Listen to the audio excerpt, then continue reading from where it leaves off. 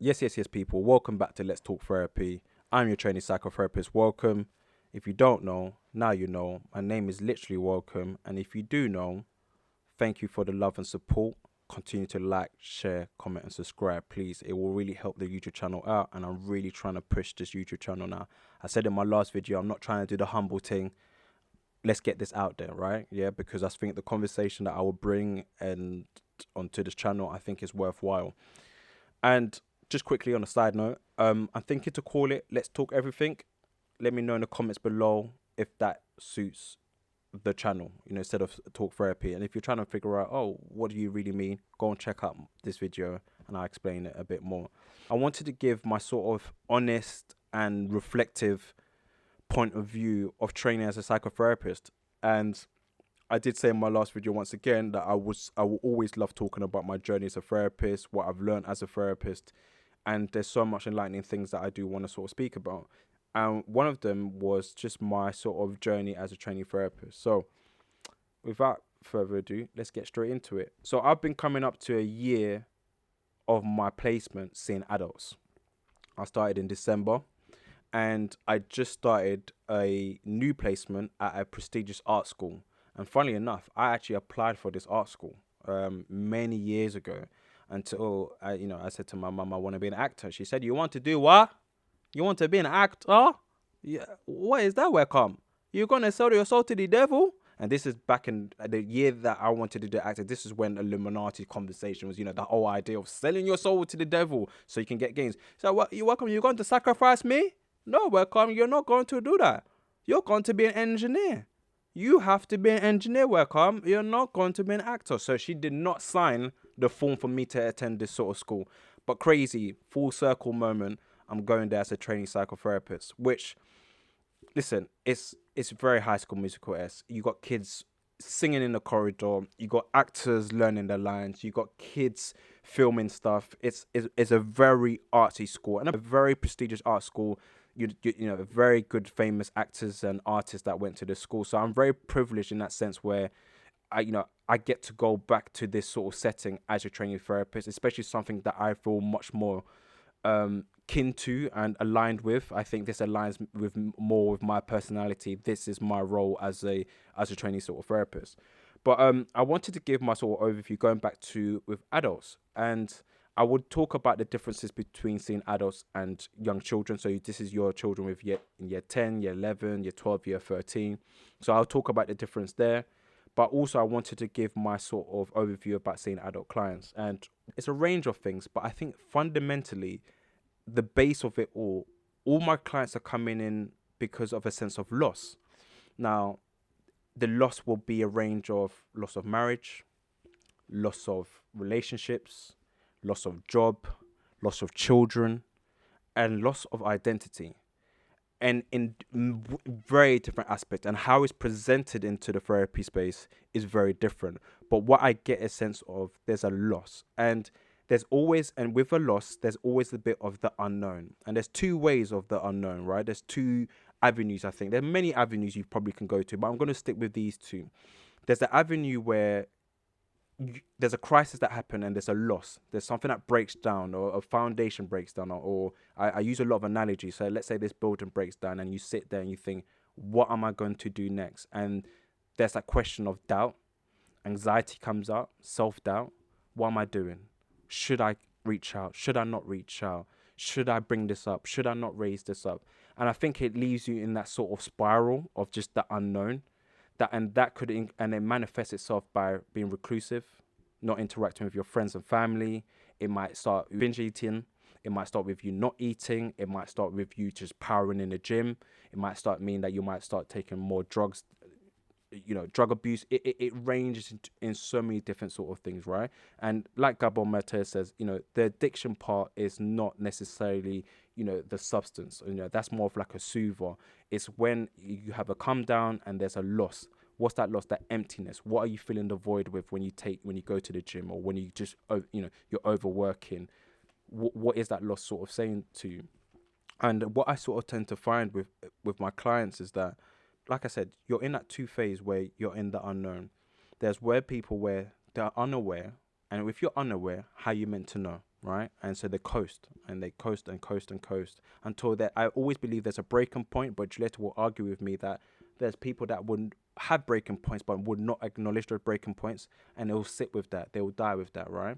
And I know it might sound grim, but it can be the case. But for the people that come into the therapy space, and there's one thing I always acknowledge my clients, any client that comes into the therapy space, whether I'm seeing the young adolescents and children or whether it be the adults, I always give them the acknowledgement that they've done the first step of bridging that awareness of my argue. You don't have to go to therapy. Listen, I'm talking for those that do enter therapy. Of course, outside of therapy, I'm not saying therapy is the one and only. I'm not saying there's not other ways that you can find support and help. I'm not saying that at all, but I'm talking specifically about therapy. So I always acknowledge my clients when they come into the therapy space. Stay with me, people. Lock in. If you haven't subscribed and you haven't liked the video yet, please do that while you listen to this video. Because what I tend to find is that when there's a loss or there's a crisis that happen, there's an opportunity to rediscover, self-discovery, to find a new, and especially a new self. These questions: who am I? What do I want to become? Why did this happen? And obviously you might not always find the why, but there's always an understanding of different perspectives, right? And that's but I think there are a great sort of awareness when clients come into the room and acknowledge that the pain that they're going through or the loss that they're going through. And it's a grieving process. And then that's why there's always a moment in the therapy space where I get to sort of allow the client to sort of mourn a loss. I lost my marriage. You get to mourn that, right? And how you mourn that is very, unique to you. I lost my children. Okay, how you mourn that is very different. But I wanted to really emphasize about the idea of self-discovering. And with these clients that come in with loss, I think there's an opportunity when, especially when crisis, whether it be depression, whether it be anxiety, there's always an opportunity to find what would it be like if I didn't have depression? And you get to sort of explore that. What if I didn't have anxiety? But what if I did have anxiety, but I chose to persevere, or I use these CBT techniques? Who am I then, right? And I think that we always want to have agency on our own self, our agency with our own mind, our psychological makeup. We always want to we want to own it, we want to trust it.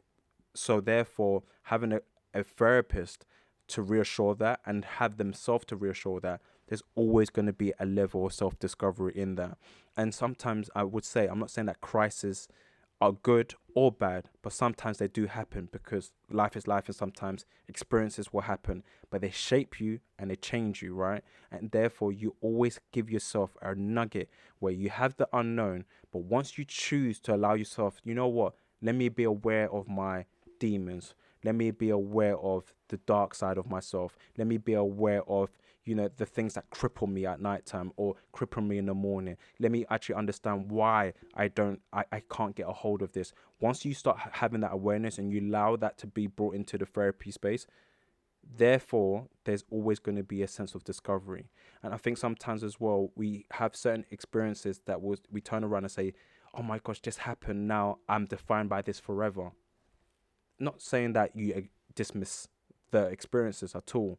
And those experiences are there to be learned. They've been to taught, despite how difficult it can be or easy it can be. There's always an opportunity within that realm to allow yourself to find a sense of discovery, a sense of new self. And that's why, Jordan Peterson talks about the map of meaning, right? What happens when you find that, connecting the dots in some way. Some dots connect, some dots don't, right? But at least you have the awareness to acknowledge, oh, these are these patterns, these are these dots, and these are the things that I recognize that I do within myself as well. And on the flip side, that's me talking about the clients. When it comes to me, really shaped my idea of sort of privilege. Listen, I'm a guy from Southeast London. I'm black, I'm male, I'm 30. So therefore, I go into this profession with actually much honor and respect for this profession and respect for myself enough to be like, you have a duty of care and a due diligence that you have to upkeep. And you do that, I believe that there's always going to be something for your clients. Every time they enter my room, they're leaving here with something. I like to believe that all my clients have left with something that they've gained, right? Despite they're coming in with loss, the therapy session gaining something about themselves, gaining a foundation, giving them a stepping stone to rediscover themselves. Because listen, I'm not saying that I'm the guru. I'm not saying I'm the top tier therapist. I'm just saying that being in that space has allowed them to give them that sort of world perspective, to give them the time, the attention, to really, be vulnerable in that space and to be heard. And once you give that to a client, trust me, they will leave with something, right? Whether or not they take it on board it straight after, whether or not it's 10 years later. Sometimes certain things I've been to therapy for many years ago only hit me now. Do you get what I'm saying? Going to therapy is always going to be a journey. It's always going to be a sense of discovering, and you've got to take that. And once you have that sort of openness to go in with that, trust me, therapy will be a very useful tool. And not only for people that are in crisis, but there are for people that just want to expand. They want to expand their sort of worldview. They want to expand their sort of knowledge about themselves. Even if they feel like, you know what, I have a sweet life. I'm really good. And people might argue, or should you really go to therapy? Well, why wouldn't you? Why wouldn't you? Maybe there's parts of you that you didn't recognize, right? Or parts of your childhood that you thought, oh, it was a bit normal, but you know what? That because you give perspective, or maybe it wasn't, and maybe I should look into that. And there you got that sort of space to do so, right?